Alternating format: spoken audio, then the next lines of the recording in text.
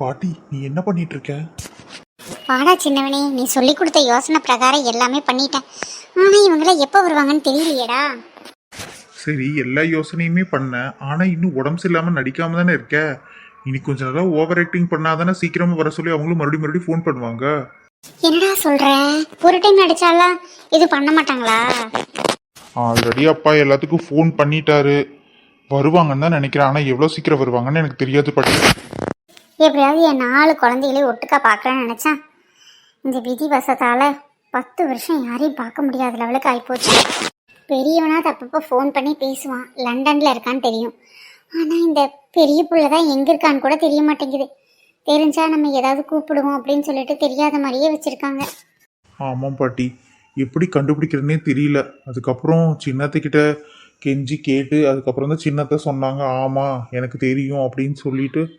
அதுக்கப்புறம் சின்னத்தை வந்து ஃபோன் நம்பர் கொடுத்து எல்லாமே பேசணும். ஆக்சுவலாக சின்னத்தையும் லண்டனில் தானே இருக்காங்க மாமா கூட.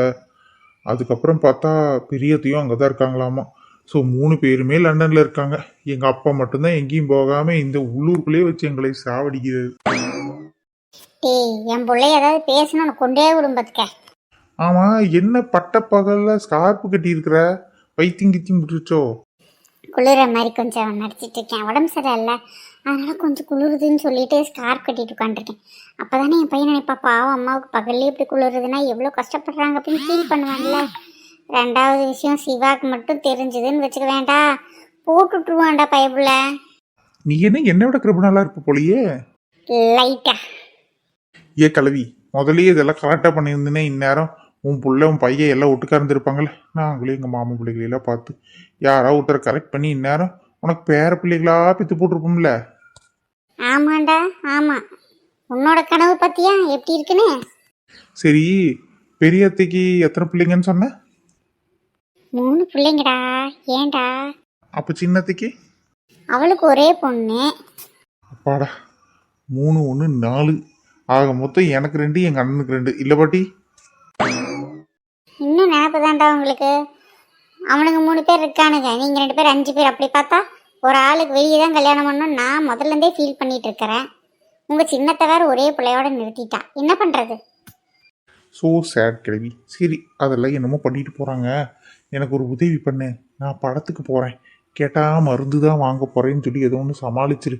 நான் போய் உனக்கு ஒரு நல்ல சாக்லேட் டேப்லெட் மாதிரி வாங்கிட்டு வந்து கொடுக்குற. தயவு செய்து அதை சாப்பிடு. இல்லைன்னா இவன் சிவா பைய கண்டுபிடிச்சி என்னையும் சேர்த்து பொழந்து கட்டிடுவான். ஆமாண்டா, அவன் கழுகு பார்வையாவே பார்த்துட்டு இருக்கான்டா. பேசாம இவனையும் இந்த ஆட்டத்தில் சேர்த்துருக்கலாமோடா. யார் அவன்? அவன் அப்பா கிட்ட எல்லாத்தையும் பற்ற வச்சு விட்ருவான், உளருவான். என் பேசாமல் இரு. சரி, நான் என் தலைவர் அஜித் படம் ரிலீஸ் ஆயிருக்கு, நான் போய் பார்த்துட்டு வந்துடுறேன். என்ன படம்டா?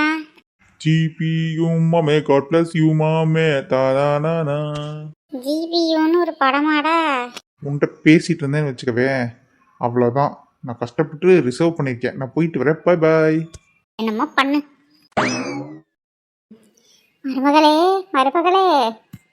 ஏன் அத்தை, என்னாச்சு?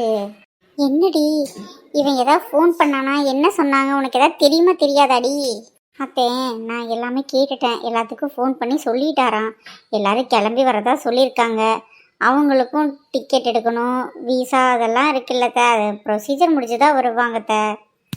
என்னடி சொல்கிற? அப்போ என் பேரப்பிள்ளைகளை எப்போத்தானே பார்ப்பேன்? அத்தை, எங்களை என்ன பண்ண சொல்கிறீங்க அத்தை? நாங்களும் எல்லாமே சொல்லி பார்த்துட்டோம். எங்கள் பசங்க தான் கிளம்பி வரணும் அத்தை. ப்ரொசீஜர்லாம் முடிச்சுட்டு தான் வருவாங்கன்னு நினைக்கிறேன். சரி வாங்க, ஏதாவது சாப்பிட்றதுக்கு கொடுக்குறேன். சாப்பாடு ஒன்று தான், போடி. இப்போ மறுபடியும் நான் நெஞ்சு வலி வந்த மாதிரி நடிக்கிறேன். நீ எப்படியாவது என் பையன்கிட்ட சொல்லி மறுபடியும் ஃபோன் பண்ண சொல்லி என் பசங்களை கூப்பிட்டு வர மாதிரி ஏதாவது பண்ணுடி. என் மேலே இருக்கிற கோபத்தில் பழி வாங்கிடாதடி. சற்று சிந்திக்க வேண்டிய விஷயம் அத்தை. காலம் நேரம் பார்த்து பழி வாங்குகிறாயே மருமகளே. சரிங்க அத்தை, சரி, உங்களுக்கு நான் ஹெல்ப் பண்ணுறேன். என்னன்னு கேட்குறீங்களா? எங்கள் அக்காவை நானும் தானே பார்க்கணும். உங்களை பழி வாங்குறதுன்னு நினச்சா அப்புறம் எனக்கும் தான் அப்புழுகும். ஆரம்பியுங்கள். அம்மா, என் புருஷனை கூப்பிட்றீ. என்னங்க என்னங்க, சீக்கிரம் இங்கே வாங்க, அத்தைக்கு என்னமோ ஆகுது. என்னங்க சீக்கிரம் வாங்க, அத்தைக்கு என்னமோ ஆயிடுச்சு, சீக்கிரம் வாங்க. ஏய், கொலாடியில் உருண்டு என்னடி பண்ண முடியும்? கோயில் வாசல் எல்லாம் உருளணும்.